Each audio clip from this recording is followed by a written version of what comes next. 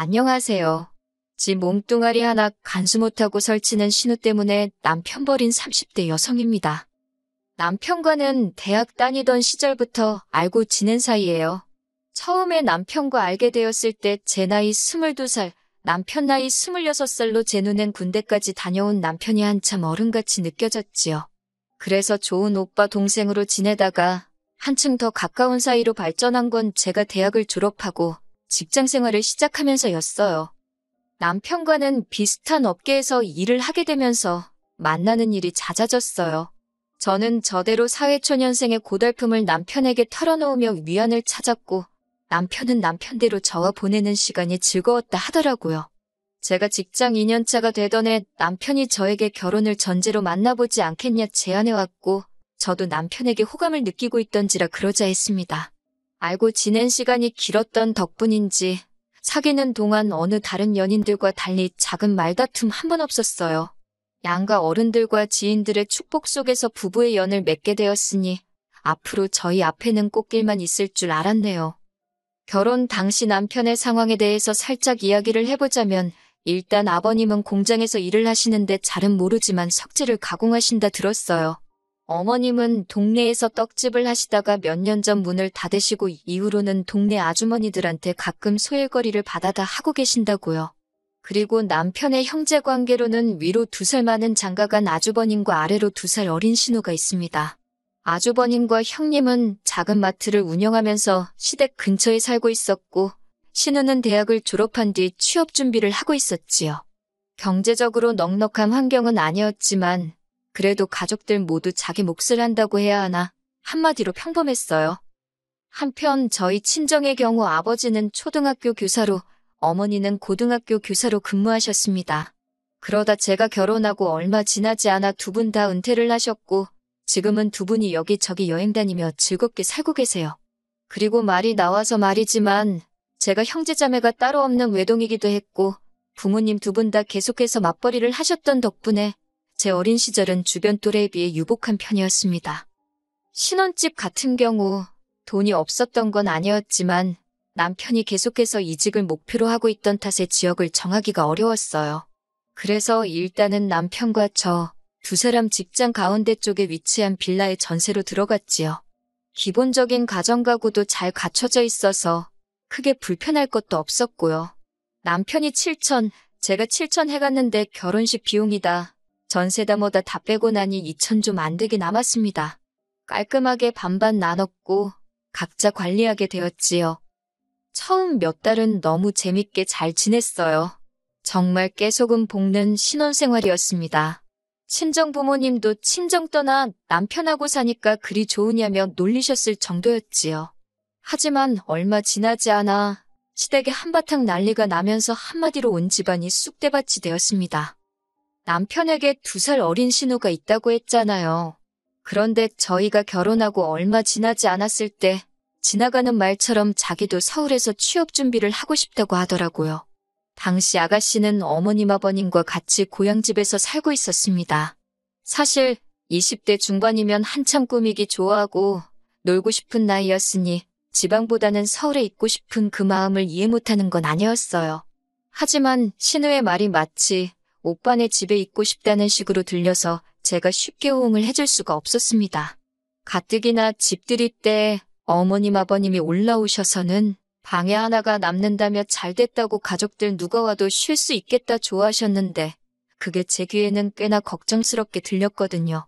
그리고 남편이랑 신우랑 따로 이야기를 했는지 어쨌는지는 잘 모르겠지만 이후로도 신우가 제 앞에서 2-3번 정도 더 서울에 살고 싶단 소리를 하긴 했었는데 제가 그냥 그러냐 하고 떨떠름하게 넘겼네요. 하지만 신우는 제가 생각했던 것 이상으로 진지했던 모양이에요. 그런 대화를 나누고 한 달도 되지 않아서 취업 준비를 핑계 삼아 서울에 있는 고시원으로 들어왔더라고요. 그때 솔직히 어머님께서 저를 좀 원망하시는 눈치였어요. 듣자니 신우가 저한테 몇 번이고 서울에 가고 싶다 소리를 했다는데 그러는 애한테 시원하게 한번 우리 집으로 오라 소리 해주면 어디 덧났겠냐고. 당신 딸, 그러니까 신우가 그 일로 저한테 많이 서운해한다나요. 그 이야기를 들었을 땐 저도 좀 억울했던 게 솔직히 신우가 처음부터 저에게 단도직입적으로 물어봤다면 저도 며칠은 와 있으라고 했을 수도 있지요. 그런데 자꾸 빙빙 돌려서 서울 좋냐? 서울 가서 살고 싶다. 그런데 돈이 없다. 그런데 서울 살면 너무 좋겠다. 그런 소리만 해대니 막말로 제가 뭐가 아쉬워서 먼저 우리 집에 와 있으라고 판을 깔아주겠어요? 하지만 여기까지도 어머님이 제 면전에 대고 뭐라고 화를 내고 그러신 건 아니니 그냥 억울하다 생각만 하고 넘겼습니다.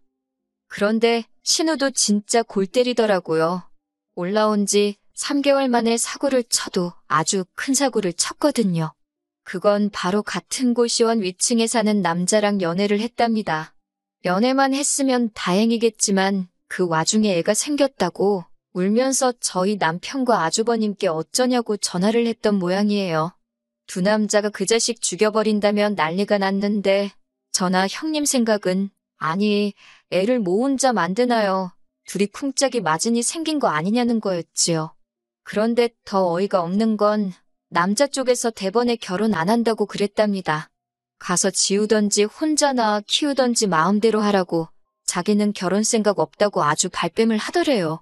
거기까지 알고 나니 그때는 아가씨가 좀 불쌍하더라고요. 형님도 일을 어쩌면 좋냐, 어머님 아버님께는 뭐라고 말하냐, 머리가 아파 죽겠다 하시고 사실 아주버님과 형님은 애들도 둘이나 키우고 있었으니 여러 가지로 저보다 더 마음이 복잡하지 않았을까 싶어요. 결국 그렇게 저희 부부, 아주버님네 부부 그리고 신우와 그 남자까지 6명이 만나게 되었습니다. 아주 그냥 만나기만 하면 그 남자 다리 몽댕이라도 부러뜨려 놓을 것 같이 저희 남편이고 아주버님이고 열을 내더니 막상 신우가 그 남자한테 절절 매는 걸 보니까 강제로 뜯어놓을 수도 없고 남자를 달래야겠다 싶었나 봐요. 자기들 여동생 인생은 어쩌냐며 거의 애걸복걸을 하더만요. 빈정거릴 생각은 없지만 그런 오빠들을 옆에 두고 남자한테 잘 보이려고 전전긍긍하는 신우를 보고 있으니 한심하기 짝이 없었네요.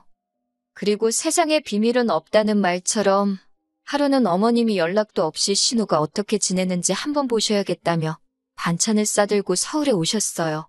그리곤 모든 상황을 알게 되시었지요. 그 길로 어머님은 알아놓으시고 그래도 우여곡절 끝에 결국 신우는 결혼을 하게 되었습니다. 그 남자나 남자 부모나 원치 않는 결혼인데 억지로 하는 거라며 한 푼도 못 보태준다고 해서 저희 어머님 아버님이 5천 그리고 아주버님이 5천인가 해주셨대요. 저희 남편도 도와주고 싶어 안달난 강아지처럼 끙끙거리더니 저랑 상의도 없이 결혼 때 남은 돈 갖다 준 모양이 돼요. 괘씸하긴 했지만 지 돈 지가 쓰겠다는데 내가 뭐라 하나 싶어서 참고 넘어갔습니다. 하지만 아주버님네가 문제였어요. 솔직히 아주버님이 5천을 해주셨다 소리를 들었을 때 아주버님도 아주버님이지만 형님이 여장부다 싶었거든요. 그 5천을 돌려받을 수 있다는 보장도 없는데 어떻게 신우 시집 가는데 턱하니 내놓나 싶어서요. 그런데 알고 보니 형님이랑 상의도 없이 아주버님이 가게를 담보로 대출을 받아서 줬던 모양입니다. 형님이 그 사실을 아시고는 아주버님더러 네가 사람이냐며 네 애들 생각은 안 하냐고 대판 싸웠다대요. 그리고는 형님이 애들 둘 데리고 당신 친정으로 가버렸다고요. 그래도 그때는 형님이 이혼까지 각오한지는 몰랐습니다만 이 두 사람 정확히 1년 뒤에 남남이 되었어요. 아주버님이 유책 사유자로 양육권은 형님이 가지셨다대요. 한편 시간이 흘러 신우도 아들을 낳았습니다. 아주버님이나 제 남편 둘 다 처음 생긴 조카라며 어지간히 이뻐하더라고요. 신우 남편도 애가 나오고 나니까 전과 달리 신우나 얘한테 잘하는 듯 했고요. 게다가 아버님 소개로 아버님 친구분 공장에 취업해 일도 착실하게 다닌다고 아버님이 좋아하셨지요. 하지만 문제는 신우였습니다. 신우는 애를 낳고 나더니 전처럼 다시 놀기 좋아하는 철부지로 되돌아가더라고요. 어머님이 하소연하듯 말씀하시길 신우 남편한텐 친정에 갔다 온다고 해놓고 애만 어머님께 맡겨두고 밤새 술 먹고 다니기도 수차례였다대요. 걸핏하면 자기 남편한테 어머님을 팔아댄 거지요. 그러다 결국 사단이 났어요. 출산하고 반년 정도 지났을 때였는데 하루는 신우가 뜬금없이 폭탄 선언을 하더라고요. 남편하고 이혼하고 싶답니다. 한다는 말이 자기가 애 아빠, 그러니까 자기 남편을 사랑하지 않는다면서 자기에게 진정한 사랑이 찾아왔다나요? 아버님 공장에는 파키스탄에서 온 직원이 한 명 있었는데 그 사람을 사랑한다나? 그래서 같이 돈 벌어서 파키스탄에 갈 거라고요. 상황은 점점 생각지 못한 방향으로 흘러갔습니다. 그래, 이혼하자. 그렇게 나올 줄 알았던 신우 남편이 애한테는 엄마가 필요하다며 이혼을 못 해준다고 버텼거든요. 신우는 신우대로 처음에 애 생겨서 결혼하자 했을 때 안 한다며 자기를 얼마나 멸시하고 모욕감을 줬었냐며 그런데 왜 이제는 안 놔준다고 난리냐고 악을 써댔고요. 드라마에서나 볼 법한 일들이 자꾸 시댁에서 벌어지니까 따로 TV를 볼 필요가 없대요.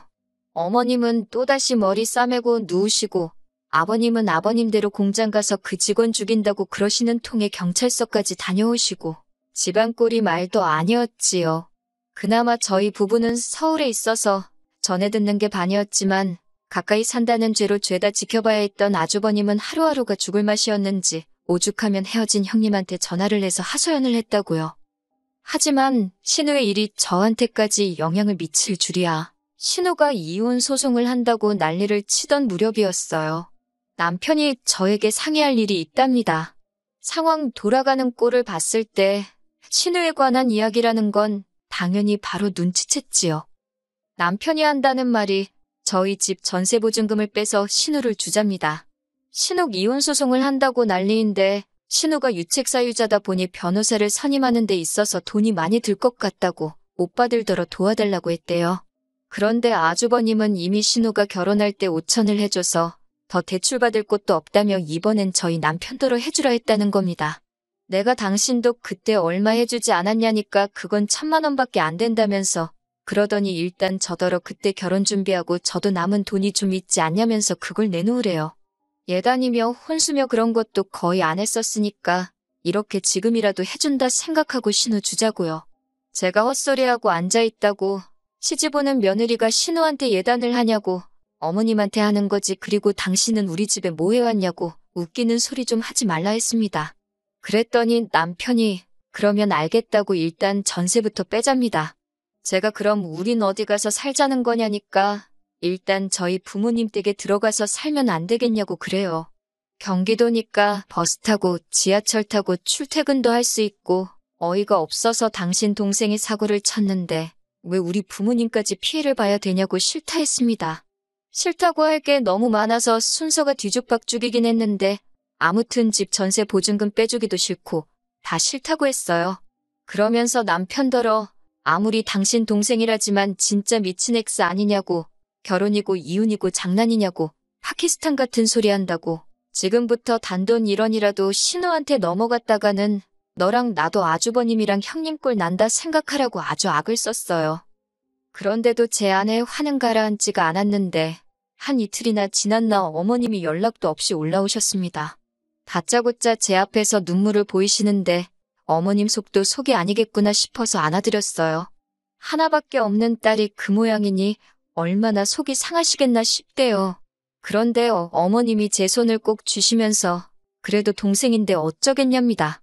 엄밀히 말하면 남편의 동생이지 저하고는 상관없는 남이지만 시시비비 가릴 상황은 아니라 듣고만 있었어요. 그러더니 곧이어 어머님이 저더러 그러면 저만 믿겠답니다.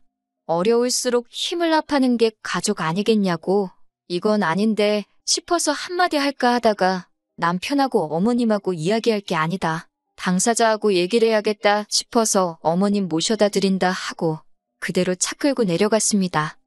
어머님을 내려드리고 신우한테 전화를 했어요. 아가씨 보려고 내려왔으니 이야기 좀 하자니까 순순히 나오대요.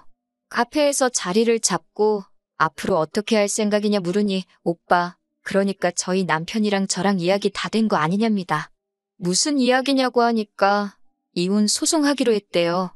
이렇게 불행한 결혼 생활은 할 수가 없다고 자기는 애도 필요 없다면서요. 저는 오빠가 뭐라고 했는진 모르겠지만 아가씨 이혼 소송비 대주면 우리는 헤어지기로 했다. 우리 부부도 아주버님네처럼 헤어지길 바라는 건 아닐 거 아니냐. 그러니 잘 사는 오빠들 그만 건들고 아가씨 본인 앞가림은 스스로 해라 했습니다. 그런데 좋은 말로 타이르듯 말을 하니까 제가 만만해 보였나 봅니다. 저더러 제3자 주제에 왜 이래라 저래라냐면서 저더러 빠져있으래요. 그래서 결국 험한 소리가 나갔지요. 지 몸 하나 간수도 못하고 사는 게 불쌍하다고, 사랑 같은 소리 한다고, 네 덕에 형제들 죄다 호랩이 만들어서 좋겠다고 미친 엑스야. 정신 차리고 살라고요. 그제서야 말문이 막혔는지 신우가 절멍한 표정으로 쳐다보던데 그러던지 말던지 뒤로 하고 차 끌고 올라왔습니다. 집에 도착하니 그새 신우가 남편한테 일렀는지 저더러 어떻게 자기 여동생한테 그런 소리를 할 수 있냐고 실망이라고 따지더군요. 그래서 그렇게 불쌍하면 네가 네 동생 데리고 살라고 했어요. 이 집 전세 보증금 나오면 정확히 반반 가르자 했고요. 나는 그 돈 가지고 친정으로 돌아갈 테니 너는 네 여동생한테 꼬라박던지 말던지 맘대로 하라니까 자긴 저랑 안 헤어진답니다. 그런데 저흰 청약대의 혼인신고 전이었거든요. 그러니 남편 말에는 뭐 힘이 없었지요.